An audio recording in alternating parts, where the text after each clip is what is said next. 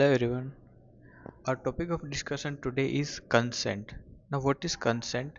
Consent is an agreement or permission. Let's say when a patient comes to a doctor, based on the symptoms or signs which the patient says, the doctor wants to examine its abdominal cavity or the perineal cavity.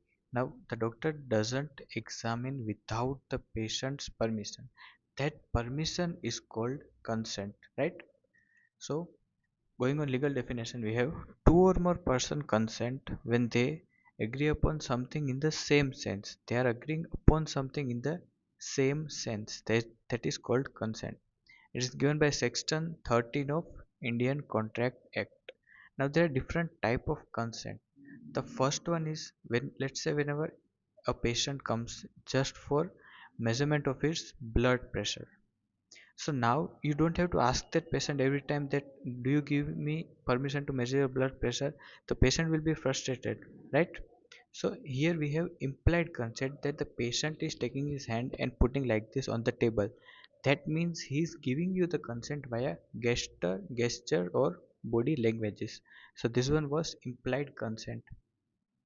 Second one is expressed consent. Now when the patient comes with major thing or your patient is undergoing a surgery, at that time when patient places his hand on the table, that doesn't mean that he is giving you the permission to do a surgery on his hand, right? So in surgical cases or major cases, the doctor should either verbally or take a written consent in the presence of a witness that the patient is saying, okay, I am allowing you to do the surgery. Everything has to be written or either verbally. Now, what is written informed consent? The patient is having, let's say, appendicitis and you have to operate right now, otherwise there will be a lot of complications or rupture. So now patient is saying, I don't want to do the surgery. Surgery is mandatory but the patient is not allowing it. In that case you have to do a written informed consent. You have to take a page, write down all the complications that can have to the patient if he doesn't undergo that surgery, and then patient signs it. This is written informed consent. This is best done when patient refuses. So the patient has full information regarding the surgery and also the right to refuse. So this was expressed consent. This is written expressed consent. The next is surrogacy or proxy. Whenever the patient is less than 18, child, or mentally ill or intoxicated patient, in this condition the guardian gives the consent.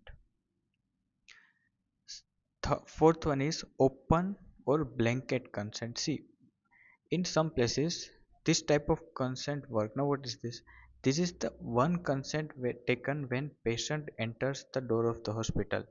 Patient gives the consent, then every test, any test the doctor wishes, okay, the patient has this symptom, I have to perform this test, that test, this procedure. Every permission is taken in the first consent. So the patient only gives one consent and the doctor can perform every procedure. So this is open, generic or blanket consent. So one consent for all necessary investigation and procedure, and this is invalid or not performed in India. The last one is authorized consent, which is mandated by court of law. See, the example for this is, let's say a victim committed a crime. Now, sorry, a accused committed a crime. So now the accused is telling that I am not giving any permission for regarding the or any sample of his taking. So it is not right, right? The law gives permission to the doctors to examine the patient who has committed crime, even if he says no. So this is authorized consent, which is given by law. Now, what is an assault? As I told you, what was written informed consent, where the patient knows that he has to under. So the doctor knows that I had to perform the surgery, otherwise the patient condition will worsen, and the patient is saying no. Even if the patient is saying no and you perform the surgery, that is an assault. So examination or treatment without consent, even in the best interest of patient, is an assault, and it is punishable under section 131 BNS.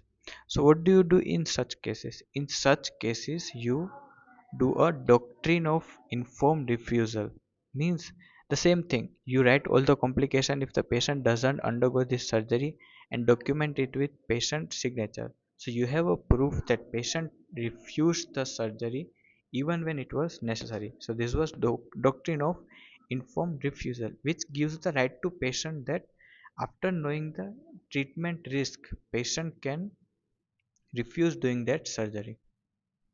So now we are learning doctrines of consent. What is doctrines of consent? These are laws of the consent. Consent is a permission. These are laws that govern this permission. First is doctrine of full disclosure. See, whenever the patient is undergoing any surgery, the doctor has to give all details about regarding the complications after the surgery. After that, the patient has the right to say yes or no. If the doctor doesn't tell the patient about the complications and takes the consent of surgery, then the consent is invalid because the doctor has to give him full information. So this is doctrine of full disclosure. Now there is something called partial disclosure doctrine or therapeutic privilege. In this, the patient condition right now is not that good. Even if now you explain everything regarding the surgery complication, then his condition might worsen. So what you do, you tell the complications and everything to the guardian, and you do not disclose every information to the patient for patient's benefit. So here you have to give entire information to the guardian. This is therapeutic privilege doctrine. Third is doctrine of therapeutic waiver. See, sometimes patient waives the right to consent. He don't want to know the complication, etc. So he is waiving his right to consent. This is therapeutic waiver. So now see, there are two cases. First one is, let's say in the clinical OT, surgical OT, the doctor is performing an operation. In this case, what happened? The patient gave permission to this surgery or consent is given to this surgery. But during the operation, something went wrong. So the doctor have to perform another surgery. Patient is unconscious. Patient cannot give consent for the next surgery. So in this case, there is an extended consent that the doctor can extend the consent given for surgery A to surgery B if patient is unconscious. But surgery B has to be a life-saving procedure. Otherwise, you take consent after he is awake and then do that surgery B. If it is not a life-saving or emergency case, then you cannot do that surgery. It has to be a life-saving procedure. So this was extended consent. The next one is doctrine of emergency. See, let's say a patient was riding a vehicle and he went through an accident. He is unconscious. Now the doctor has to treat that patient, right? He cannot ask for consent to him or to his relatives. He doesn't have any time. So in emergency condition, consent is not mandatory, which is given by section 30 BNS, and this is valid when there is no guardian or you cannot take consent from guardian because no one is available there. Last one is doctrine of loco parentis. What does this mean? Let's say a child gets injured in a school, there is a fracture and anything happens and you are not able to contact their parents. So in that situation, what you need is immediate treatment to the child without their parents consent because it will be too late. So at that time, consent can be obtained from teacher or warden in the absence of parent or guardian. So it get treatment doesn't get delayed.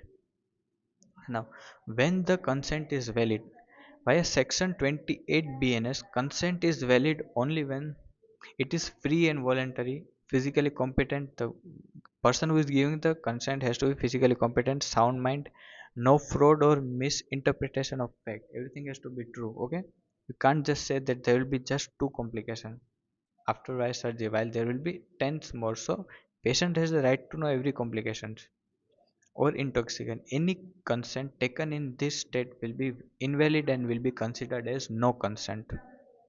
Now, for general physical examination, consent is 12 years, while for major surgeries, consent is only given after 18 years or surgical procedures. If it's a child is less than 12 years, then the guardian has to give the consent, which is given by section 27 BNS. Now, in medical legal examination, or in rape cases, what happens is the when in these cases we want to examine both victim and the accused to find the proof or anything. But the consent of victim is mandatory. Why? Because the victim has already suffered much. Now via examination you can't make him suffer more. So consent of victim here is mandatory. And what if the victim says, I don't want to get examined? Then the person who has committed crime will be saved because there won't be any proof. So if the victim says, I don't want the doctors to examine me, then you have to document that, which is informed refusal, that the victim refused their examination, right?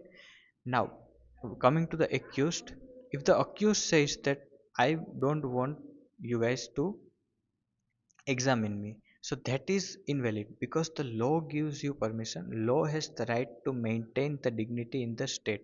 So here the accused permission or the consent is not mandatory. If he says no, use reasonable force, find the proof, and we have to punish him.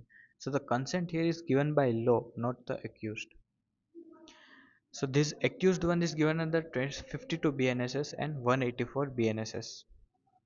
So now consent for autopsy. See, I'm giving you two situations here. In situation A, a person died in hospital due to heart attack or heart failure.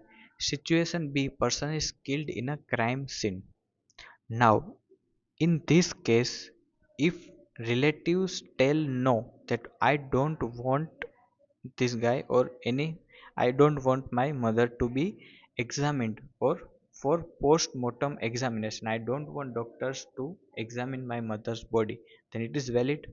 Yes, it is valid because she died a natural death. There is no proof or punishing anyone. But in these criminal cases, a patient is dead. Now the relatives tell that I don't want our father or mother to be examined by doctor. Now this is wrong. That cannot be valid. Okay. So here in medico legal autopsies means the clinical medico legal autopsy, person has died in unnatural circumstances, and then autopsy means post mortem examination. Here the consent of investigation officer is enough. If the relative says no, even then the police or the magistrate has the right to give consent to the doctor to examine and find the proof of his death, who killed him. But in clinical or pathological death, the death is natural. Here, if the doctor wants to examine the patient, then the consent of relative is mandatory. Now, in case of medical termination of pregnancy, the consent here required is only from the pregnant woman. Husband's consent is not required. But if she is less than 18 or mentally ill, then consent from a legal guardian is required. So now these two laws, section 26 BNS and 27 BNS, they are for ex- to prevent the exploitation of the doctors. Let's say a doctor performed a surgery. He followed every guidelines. He followed the vitals. He followed every procedure step by step. But even then, the surgery failed because there was some anatomical change. There was some anatomical changes or something. Every surgeries are not successful, right? So doctor should not be liable if he followed all guidelines, took the consent, everything was proper, and then the surgery fails, then doctor is not responsible. So an act not intended to cause death done by consent is in patient benefits. After that, if the patient fails, then it is not an offense. 27 also is the same. Here replace the patient by a child or unsound mind. If every procedure is right, then doctor is not liable to punish. Last one for the prisoners. See, what are under trial? Under trial prisoners means they have committed a crime, but it is not proved, or we don't know he is a primary suspect, but the crime is not proved. Then, if you want to do any examination or any drug test in that prisoner, the consent is mandatory. If the crime is proved, he is a convict, then the convict has no right to give yes or no. Okay, the law tells that okay, these are the prisoners who have committed the crime. Now they can be taken for any drug trial.